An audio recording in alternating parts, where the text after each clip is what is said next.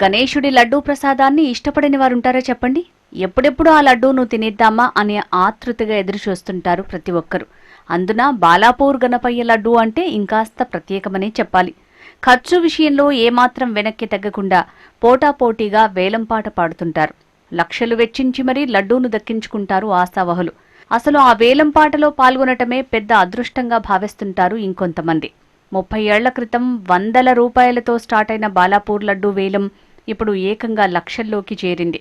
Politicians, business మెన్లు సైతం వేలం బరిలో నిలిచి గణేశుడి లడ్డూను సొంతం చేసుకోవటానికి ఇంట్రెస్ట్ చూపిస్తుంటారు.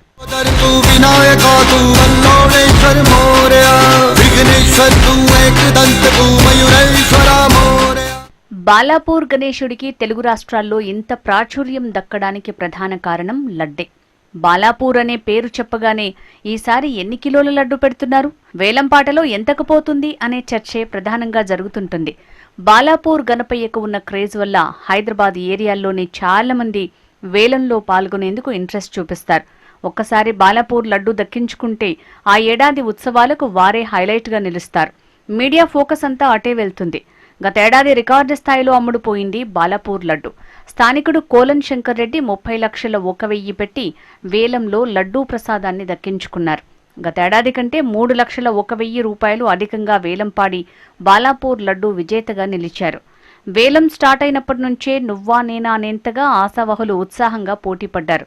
చివరికి 30 లక్షల 1,000 రూపాయలకు కోలన్ శంకర్ రెడ్డి బాలాపూర్ గణపయ్య లడ్డూ ప్రసాదాన్ని సొంతం చేసుకున్నారు. 2015లో 10 లక్షలు దాటింది.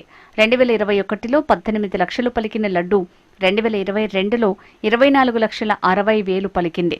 కేవలం 3 ఏళ్ల వ్యవధిలోనే 30 లక్షలకు చేరింది. ఇలా ప్రతి ఏటా తన ప్రత్యేకతను చాటుకుంటూ రికార్డు స్థాయికి చేరింది బాలాపూర్ గణేష్ లడ్డు. దీంతో ఈసారి బాలాపూర్ లడ్డూను దక్కించుకునేదెవరు?